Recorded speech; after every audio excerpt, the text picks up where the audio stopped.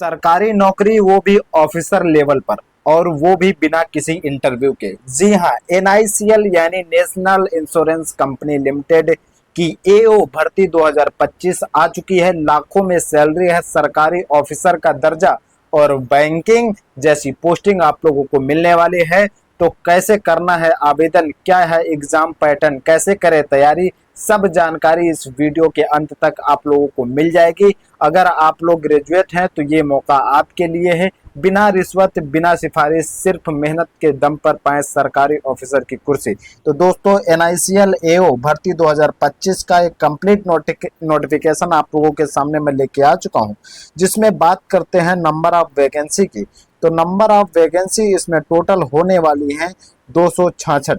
जी हाँ दोस्तों, इसमें नंबर ऑफ वैकेंसी की संख्या होने वाली है 266, आप लोग देख सकते हैं।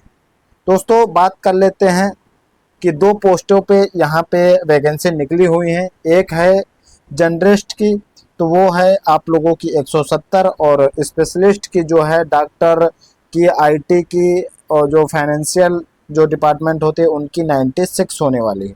दोस्तों, अब बात कर लेते हैं इम्पोर्टेंट डॉक्यूमेंट की। इम्पोर्टेंट डॉक्यूमेंट क्या क्या होने वाले हैं, तो महत्वपूर्ण तिथियां इसमें बताया गया है कि सूचना जारी 10 जून 2025 को हो गई थी, लेकिन ऑनलाइन आवेदन जो है वो 12 जून 2025 से ऑलरेडी स्टार्ट हैं। तो आप सभी लोग जल्दी से जल्दी इसमें अप्लाई कर दीजिए। ओके दोस्तों, अब बात कर लेते हैं अंतिम डेट की। अंतिम डेट इसमें क्या है, लास्ट डेट है 3 जुलाई 2025 इसकी लास्ट डेट होने वाली है। और प्रीलिम्स परीक्षा 20 जुलाई 2025 को अनुमानित की गई है, और मेंस की जो परीक्षा है वो 31 अगस्त 2025 को अनुमानित की गई है। 99.99% ये संभावना है, अनुमानित किया जा रहा है कि ये वैकेंसी, ये एग्जाम जो आप लोगों का हो जाएगा। अब बात कर लेते हैं योग्यता की। तो योग्यता क्या है, जब दो प्रकार की वैकेंसी हैं तो अलग अलग इसमें आपका एजुकेशन क्वालिफिकेशन भी होगा। तो जर्नलिस्ट की जो है उसमें आप लोगों के किसी भी विषय में स्नातक मतलब ग्रेजुएट या उससे ऊपर की डिग्री हो, मतलब मिनिमम इसमें यही बताया जा रहा है। आप लोग ग्रेजुएट किए हैं, आप लोग स्नातक हैं, आप लोग ग्रेजुएशन किए हुए हैं, तो आप लोग एलिजिबल हैं, आप लोग फॉर्म भर सकते हैं। और स्पेशलिस्ट पद के लिए जो है विषय अनुसार योग्यता है, मतलब डॉक्टर के लिए आप लोग तो एमबीबीएस एमडी के होनी चाहिए, और लीगल ऑफिसर हैं तो एलएलबी एलएलएम होना चाहिए, आईटी ऑफिसर हैं तो बीई बीटेक एमसीए होना चाहिए, फाइनेंस के हैं तो सीए आईसीडब्ल्यूए या एमकॉम होना चाहिए, ऑटोमोबाइल इंजीनियर के लिए आप लोग अप्लाई करेंगे तो बीटेक ऑटोमोबाइल से होना चाहिए। मतलब जिस पोस्ट के लिए आप लोगों को अप्लाई करना है, अलग अलग पोस्ट के लिए अलग अलग यहाँ पे एजुकेशन क्वालिफिकेशन दिया गया है। दोस्तों, अब बात कर लेते हैं आयु सीमा एज लिमिट की। तो इसमें मिनिमम जो है, मतलब न्यूनतम आप लोगों की एज जो है वो 21 वर्ष है, और अधिकतम इसमें 30 वर्ष मांगी गई है। ओबीसी को 3 साल की छूट मिलेगी, एससी एसटी को 5 साल की छूट इसमें मिलेगी, मतलब आप लोगों को इसमें छूट भी देखने को मिलेगी। ओके दोस्तों, अब बात कर लेते हैं फीस की, आवेदन शुल्क की। तो आवेदन शुल्क जो है सामान्य और मतलब कि जर्नल ओबीसी ईडब्ल्यूएस की आप सभी लोगों को 1000 रुपये फीस है। वहीं एससी एसटी पीडब्ल्यूडीबी जो हमारे डिसेबिलिटी कैटेगरी के जो हमारे भाई बहन होते हैं, और एससी एसटी के जो भाई बहन हैं, उनके लिए 250 रुपये फीस इसमें मेंशन की गई है। ओके दोस्तों, आप बात कर लेते हैं चयन प्रक्रिया क्या होने वाली है। तो चयन प्रक्रिया में जो प्रारंभिक परीक्षा है, जो मतलब प्रीलियम्स है, उसमें 100 अंक के आप लोगों के क्वेश्चन होंगे, जिसमें से 60 मिनट आप लोगों को मिलेगा। ठीक है, ये आप लोग सिलेबस देख सकते हैं।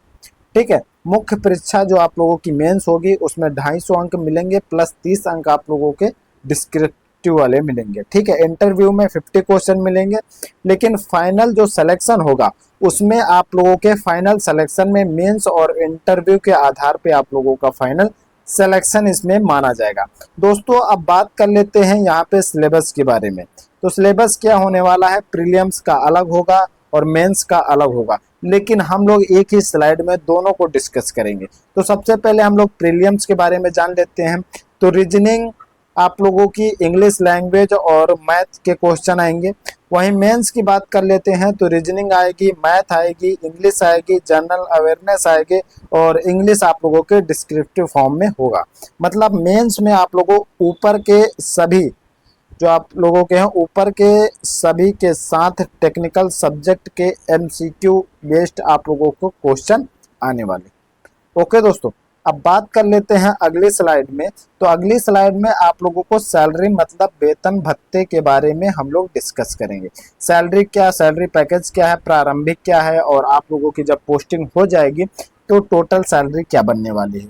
तो प्रारंभिक वेतन की बात करते हैं तो 50,925 रुपये आप लोगों का प्रारंभिक वेतन मिलेगा, और कुल सैलरी भत्ते सहित जो 85,000 से 90,000 प्रति माह आप लोगों को लगभग मिलेगा। ज़्यादा भी हो सकता है, थोड़ा बहुत कम भी हो सकता है, लेकिन जैसे ही आप लोगों को ग्रेड पे 7, 8, 9, 10 ऐसे लगते रहेंगे आपकी सैलरी बढ़ती रहेगी। अब दोस्तों बात कर लेते हैं इम्पोर्टेंट डॉक्यूमेंट की, और इम्पोर्टेंट डॉक्यूमेंट में दो प्रकार के यहाँ पे हम लोगों ने मेंशन किया है। वो आप लोगों के जब आप लोग ऑनलाइन फॉर्म भरेंगे तो आप लोगों के जो डॉक्यूमेंट लगेंगे, और जब आप लोगों का इंटरव्यू होगा उसके तब आप लोगों का इंटरव्यू और डीवी जो होगा तब आप लोगों को कौन कौन से डॉक्यूमेंट ले जाने हैं। तो सबसे पहले हम लोग बात करेंगे ऑनलाइन फॉर्म भरते समय कौन कौन से डॉक्यूमेंट हम लोगों को पास होने चाहिए। तो पासपोर्ट साइज फोटोग्राफ होना चाहिए, जिससे आप लोगों को 20 से 50 के बी अपलोड करना है। हस्ताक्षर आप लोगों के होने चाहिए 10 से 20 के बी। अंगूठे के निशान और 100 घोषणा मतलब हेड राइटिंग जो होता है डिस्क्रिप्शन, वो आप लोगों को लिख के यहाँ पे देना है। लेकिन जो भी डॉक्यूमेंट आप लोग इसमें अपलोड करेंगे वो दोस्तों आप लोग स्कैन करके करेंगे, ठीक है। इंटरव्यू की बात करते हैं तो इंटरव्यू में 10th की मार्कशीट होनी चाहिए, जिसमें आप सभी लोगों के लिए इसलिए मंगाई जा रही है 10th की मार्कशीट क्योंकि उसमें आप लोगों की सिर्फ एज मतलब डीओबी देखी जाएगी, ठीक है। एजुकेशन डिग्री सर्टिफिकेट होना चाहिए आप लोगों के पास। जात प्रमाण पत्र है तभी आप लोगों को SC ST OBC का कोई भी आप लोगों के पास सर्टिफिकेट है तो आप लोग लेके जाइएगा। पहचान पत्र में आधार कार्ड, पैन कार्ड आदि जो भी आप लोगों के पहचान पत्र हैं वो लेके जाइएगा। NICL आवेदन प्रिंट जो है आप लोगों के पास वो लेके जाइएगा, और PW मतलब PWBD मतलब डिसेबिलिटी सर्टिफिकेट या फिर एक सर्विसमैन प्रमाण पत्र या लागू हुआ है तो आप लोग वे लेके जा करके देख सकते हैं। दोस्तों ये कंप्लीट नोटिफिकेशन आप लोगों को मैंने बता दिया है। आशा करते हैं पॉइंट टू पॉइंट आप लोगों को समझ में आ गया होगा। अगर अभी भी कोई भी डाउट है, कोई भी संदेह है आपके माइंड में, किसी भी प्रकार का कोई क्वेश्चन है तो आप लोग प्लीज़ कमेंट करके पूछ लीजिएगा। और अभी तक चैनल को सब्सक्राइब नहीं किया है तो ये आपका चैनल है, प्लीज़ चैनल को सब्सक्राइब कर लीजिए, बेल आइकन को प्रेस कर लीजिए, जिससे हमारी आने वाली हर एक वीडियो का नोटिफिकेशन आपको मिल जाए सबसे पहले।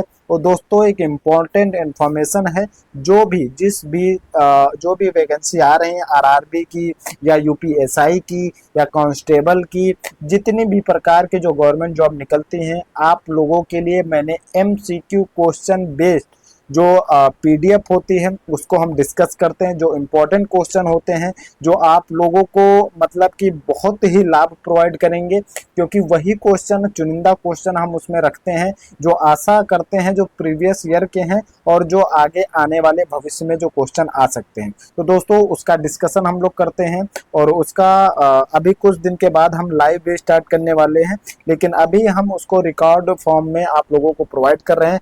तो वो आप हमारी प्लेलिस्ट बन जाएगी भी कुछ दिन के बाद। अभी ऐसे ही वीडियो अपलोड की गई हैं तो उसको भी एक बार नज़र डालिए, चाहे 2x पे या 3x पे, जितने पे आप लोगों की स्पीड हो लगा के देखिए, लेकिन रिवीजन करते रहिए। ओके दोस्तों, मिलते हैं एक नई इन्फॉर्मेशन के साथ, एक नई वीडियो के साथ। तब तक के लिए जय हिंद, जय भारत साथियों।